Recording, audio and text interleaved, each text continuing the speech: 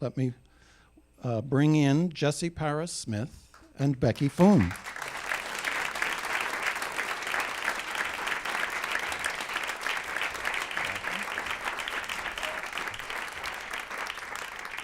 If I get lucky, they may give me the nod and invite them to join. We'll see. Okay.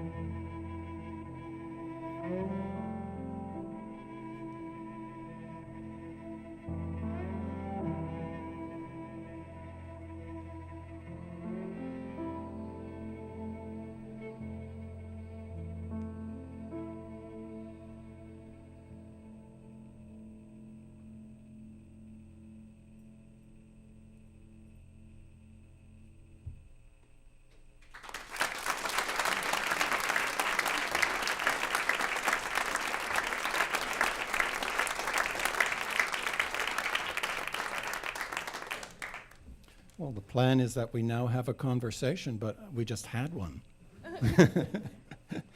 But let's have one with words. Welcome, Jesse and Becky. Thank you, David. Thank you for Thank being you. here. Becky, you and Jesse have started a project that involves both your activism and your musicality, and you're calling it Pathway to Paris. What is that? Exactly, yeah. So Jesse and I were very inspired by the People's Climate March that happened in New York City in September, and as well as all over the world. And so we decided the day after the People's Climate March to host a concert that happened at Le Poisson Rouge. And it involved really incredible musicians and speakers. It was a fundraiser for 350.org, and Bill McKibben spoke and was so beautiful. And the inspiration and the energy of the evening was just so unbelievably moving that we decided to continue and host a series or organize a series of concerts in the lead up to the UN Climate Change Conference that's happening in Paris this December 2015. And so essentially Pathway to Paris is that series of concerts and events. It's a chance to bring together incredible artists, musicians, climate change experts, innovative thinkers in a dialogue on climate change and innovative solutions in the lead up to Paris. Pathway to Paris. Jesse, what's going to be happening during the conference in Paris, and what do you hope to do there? Where our series is leading up to our final event, which is in Paris. We're going to have 2 nights of concerts, which are happening the first weekend of the climate conference. And that's in December, is that right? December. Mm-hmm. Our events are December 4th and 5th. And so, I guess our...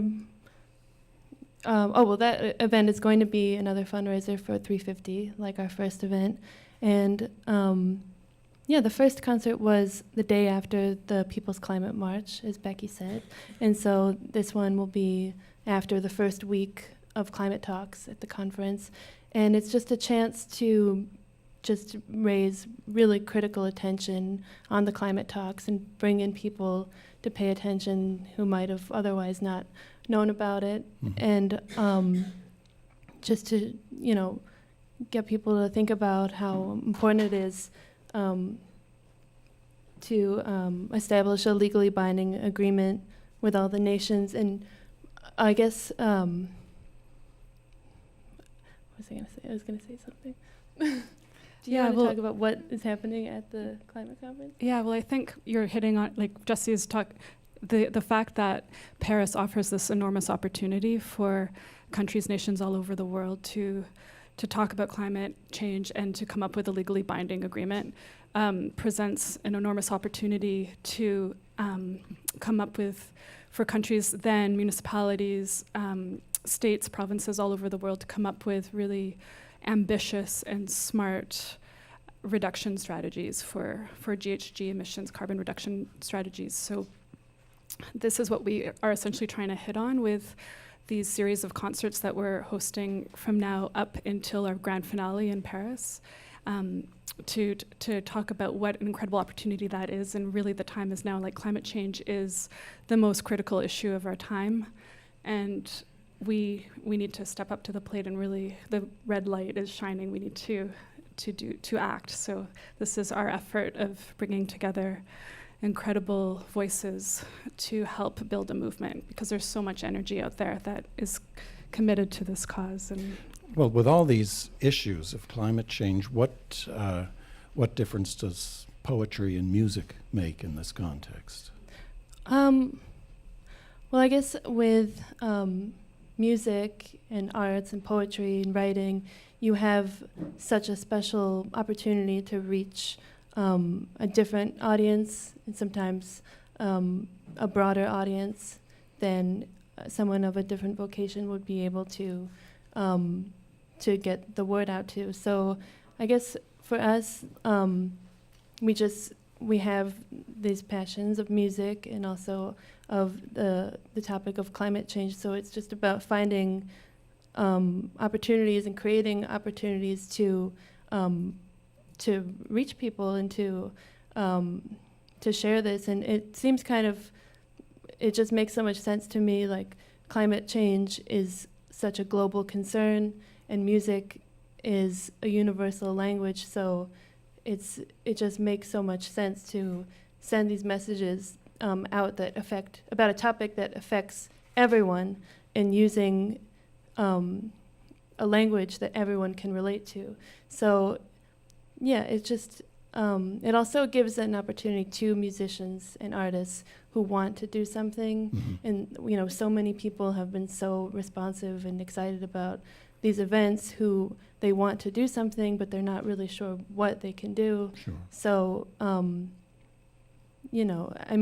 my mom and I were talking about it, and she was saying how, as musicians and as artists and performers, like, all we can do is use our opportunities of being on stage and being on the radio and being able to talk to people, but it's not like the final step.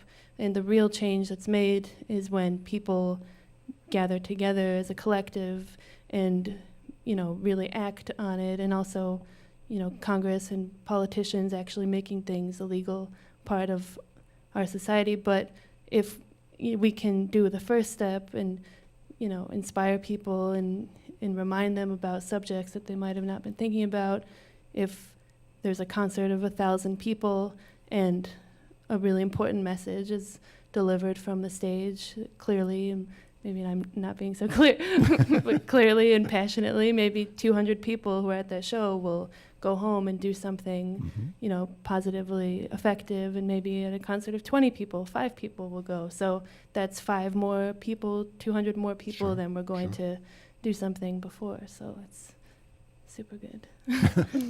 Well, speaking of, you can applaud. Sorry.